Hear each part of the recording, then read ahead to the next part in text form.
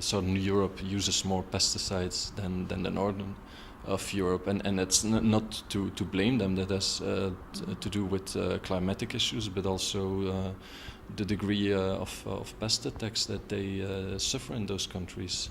I mean, actually, we might see, for example, as a result of climate change, that we will have to face some of the diseases they have today, which we don't have for the moment, but we will face those as well in the future. So that use pattern might switch in the future, but I don't think there is any particular country within the EU who has significant differences in the use of pesticides just because the agriculture wants it that way. It's because of climatic and environmental conditions.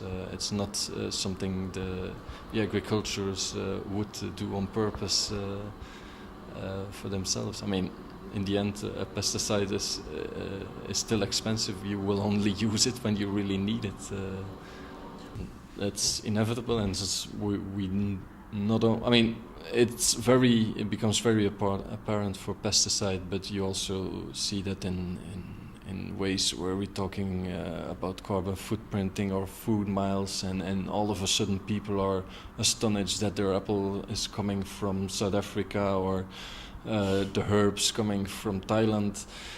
I think basically, I think our sector is partly to blame for that, because we didn't communicate enough to the consumer that we were changing. I mean, the food production and all the requirements the consumer was putting on us made it necessary to evolve into a much more technical and high-tech environment than we were used to in the old days. I mean, if you look today at some of the glass houses in the Netherlands of 50 hectares filled with all high-tech equipment, barely needing any personnel except for harvesting the products, it's just amazing. And that makes, I mean, people tend to forget that it also makes possible to produce those products at a reasonable price and still of high quality. The consumer himself, and maybe also to a certain extent then the advertising industry working for the big